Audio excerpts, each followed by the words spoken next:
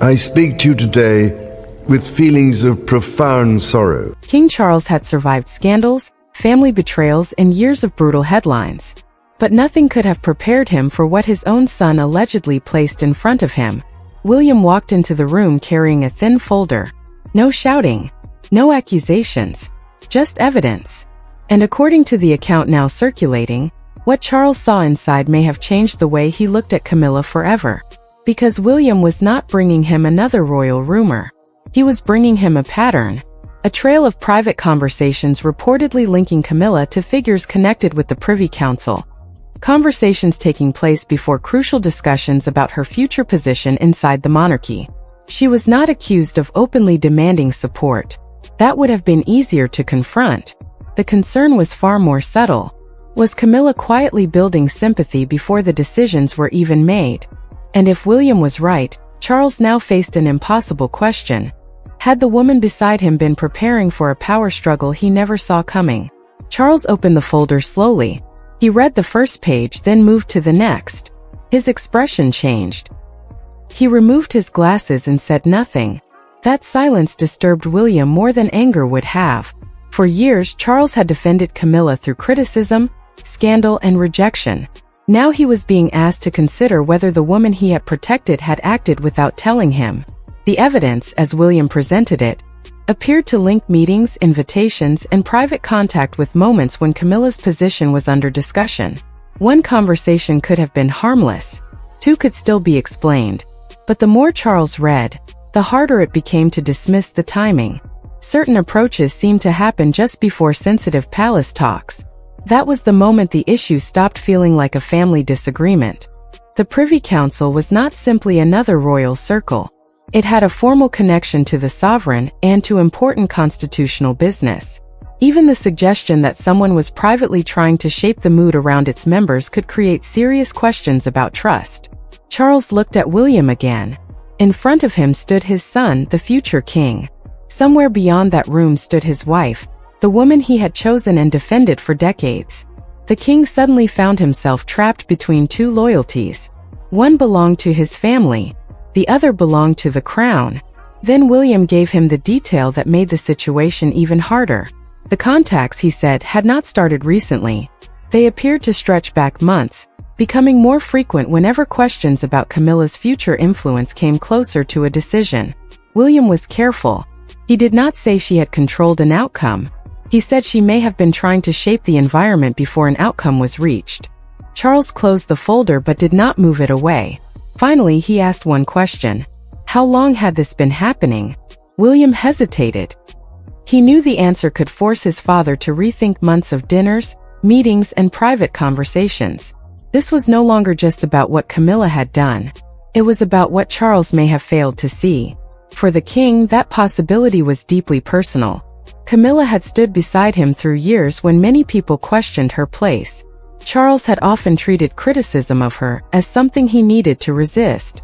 But now the challenge was coming from William, not from the press or from strangers. His son was asking whether loyalty had made him too trusting. William left the room, but he did not walk away quickly. He paused outside the closed door. He understood the damage his words could cause. Accusing Camilla could easily look like an attack on his father's marriage. Yet staying silent carried its own danger. One day, William would inherit the institution and every unresolved problem left inside it. Inside, Charles remained alone. The folder stayed in front of him. What hurt most was not simply the idea that Camilla may have crossed a line. It was that William had noticed the pattern before he did. For a man who had spent years insisting that he understood his wife and the pressures around her, that realization was painful. Camilla noticed the change in Charles almost at once. Later, when they spoke privately, his answers were shorter. His warmth had been replaced by caution. She asked if something was wrong. Charles did not explain. He only said there were matters he needed to understand first. That answer told her enough. Something had reached him, and this time he was not rushing to defend her. William had delayed the confrontation for exactly that reason.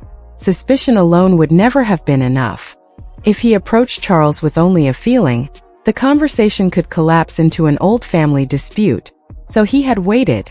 He compared dates, invitations, meetings, and communication records until he believed the pattern was strong enough to be taken seriously. The issue was never that Camilla wanted the crown's authority for herself.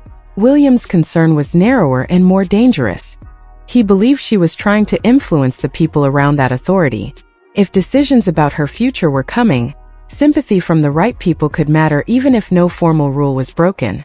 The first moment that truly alarmed William had happened earlier at Windsor. A royal gathering had ended, and most people had already left the important rooms. Camilla remained behind with a senior figure linked to council affairs. To anyone passing by, the conversation may have looked normal, but one sentence changed the way William saw it.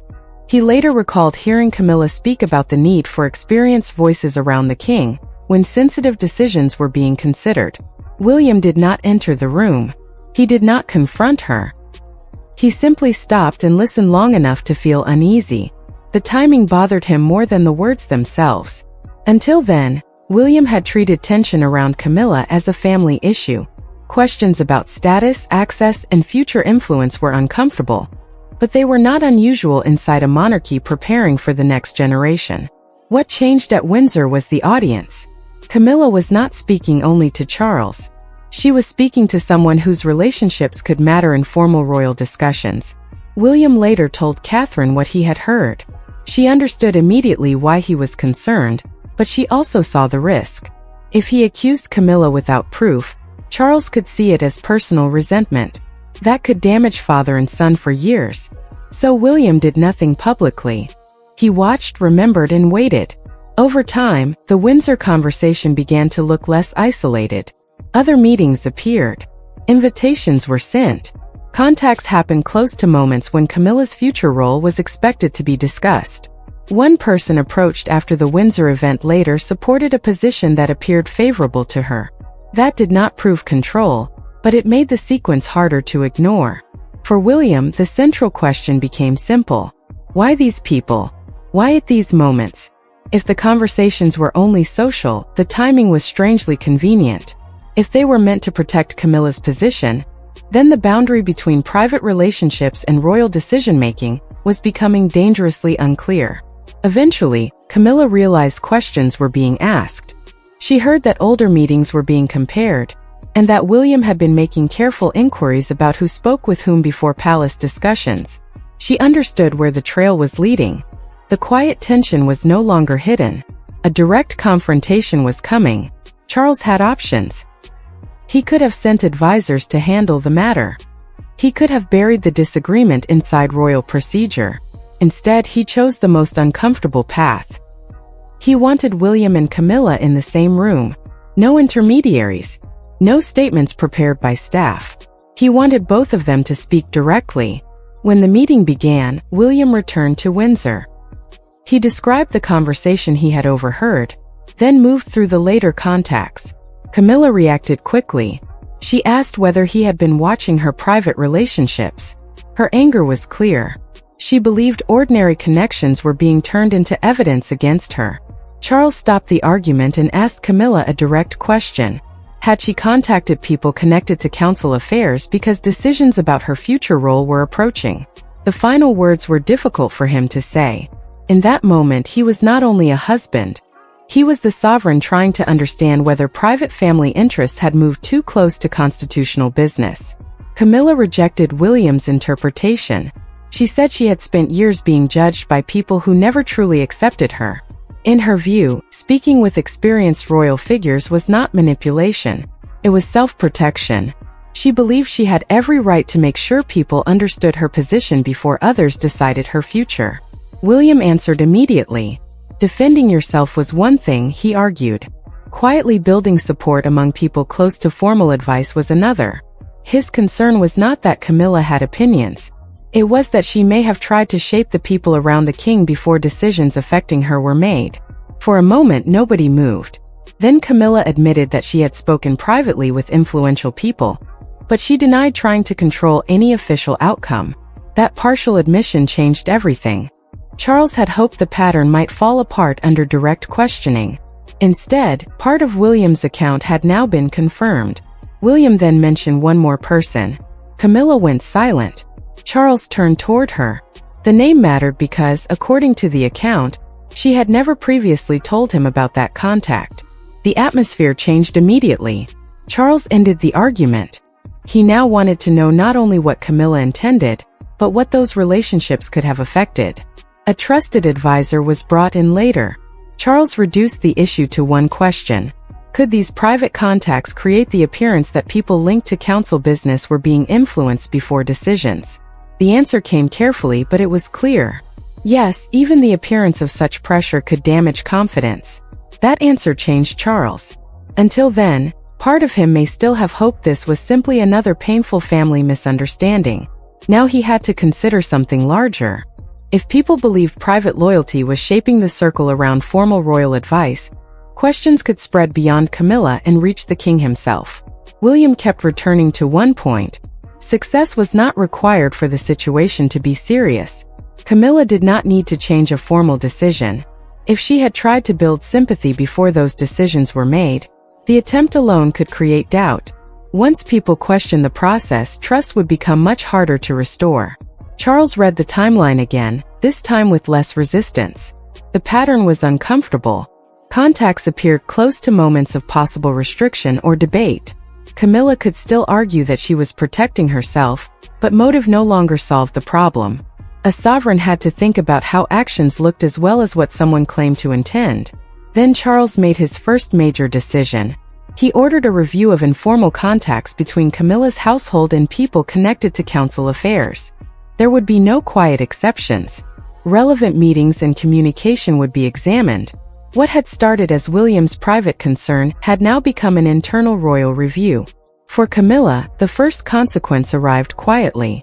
Members of her household were told that certain informal contacts would stop, and that future communication involving sensitive constitutional figures would require tighter approval. She asked one question when she heard.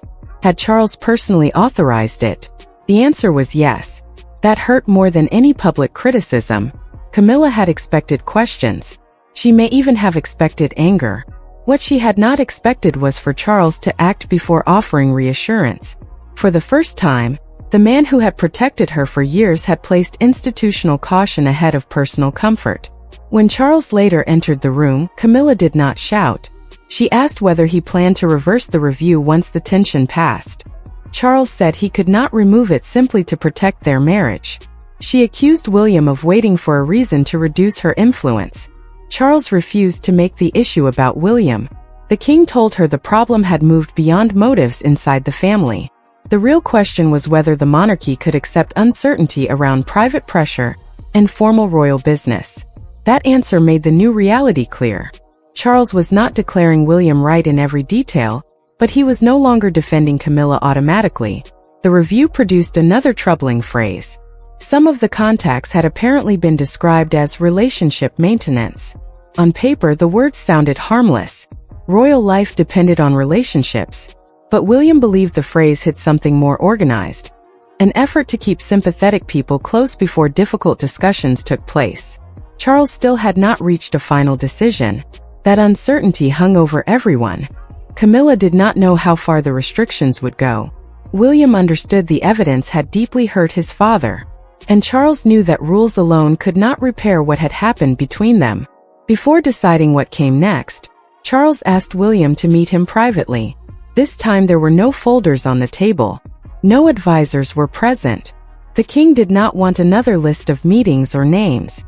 He wanted an answer to a more personal question. Was this really about Camilla? William could have said yes, but he did not. He told his father that his deeper fear was about the monarchy itself. One day, he would inherit it. He did not want to inherit an institution where private loyalties had become so mixed with formal decision-making that nobody trusted where one ended and the other began. Charles listened quietly. William said he could live with criticism and even resentment. What he could not accept was the idea that future royal decisions might carry suspicion because private relationships had shaped the people around those decisions first. The problem, in his view, was not one person. It was the precedent. For the first time, Charles heard something different in his son's voice. Not rebellion. Fear. William was afraid of inheriting problems that no one had been willing to confront because the people involved were too close to the sovereign. That realization softened the king in a way the evidence had not. William then admitted something he had avoided saying. He knew exposing the matter had hurt Charles as a husband. He knew it forced him to question someone he loved. But remaining silent, William said, would have felt like a deeper betrayal. He could not promise to protect the monarchy while ignoring something he believed could weaken trust in it. That conversation finally changed the relationship between father and son.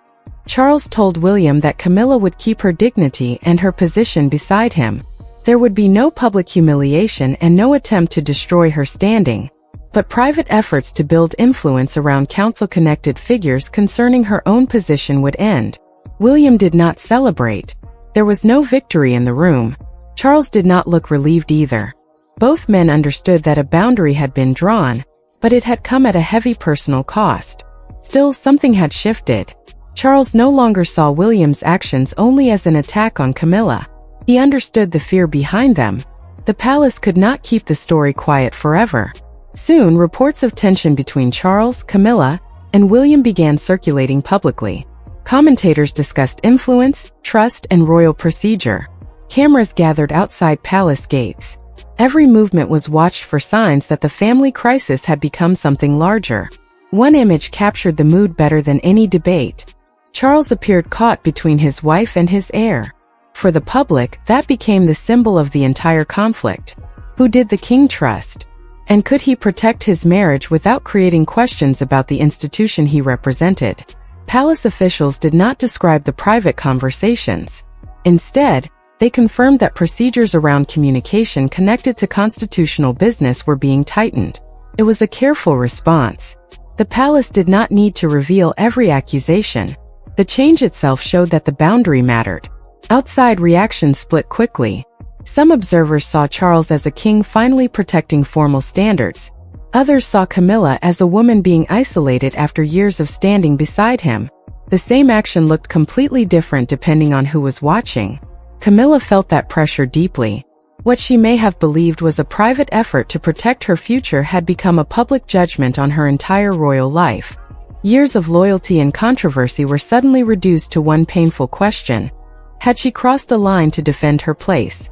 Charles found the coverage difficult to watch. He could defend a constitutional principle. What he could not stand was seeing every rule change turned into speculation about his marriage. At one point, he simply asked for the television to be turned off. William was not enjoying the moment either. Catherine found him quiet and withdrawn. He may have succeeded in forcing the issue into the open, but the cost was obvious. His father was hurt. Camilla was under pressure. And a private family conflict had become a national story. Catherine reminded him of something important. Protecting the crown did not mean he had to take pleasure in the consequences. William understood that. He had wanted a boundary, not a public collapse. The fact that his concerns were being taken seriously did not make the situation feel like a victory. The palace then made the new rule unmistakable. Personal royal relationships would remain separate from private approaches connected to formal council matters. The channel William had questioned was effectively closed. But even after that, one final issue remained. Could trust inside the family recover? Charles chose a quieter answer than many expected. There would be no dramatic removal of Camilla, no stripping of rank, and no public punishment. She would remain beside him. William would not be punished for raising the concern. But the rules around influence would now be much clearer. The decision was not designed to give William a personal triumph. Charles refused to make it about defeating Camilla. His focus was restoring confidence. If the monarchy wanted people to trust its decisions, even the appearance of family pressure had to be controlled. Later, Charles spoke with Camilla alone. His voice was calmer now. He told her she remained his wife and queen. Then he asked for one promise. Never again put him in a position where defending her could make him wonder whether he was failing the crown. Camilla did not return to the argument. She did not repeat every defense or challenge William's motives again. She accepted the boundary. The real consequence was not the loss of her title or place. It was that Charles's trust now had limits that had not existed before. William met with his father again afterward. There was no sense of triumph between them. Charles told him that an heir sometimes had to bring a sovereign truths he desperately wished were wrong. William answered that he had never wanted to cause him pain. That mattered to Charles. He finally understood that William had not acted because he wanted to weaken his father.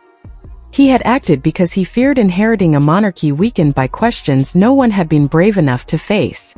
In the end, Charles survived the crisis, but he did not emerge unchanged. Camilla stayed beside him, yet her private freedom around sensitive royal relationships was narrowed.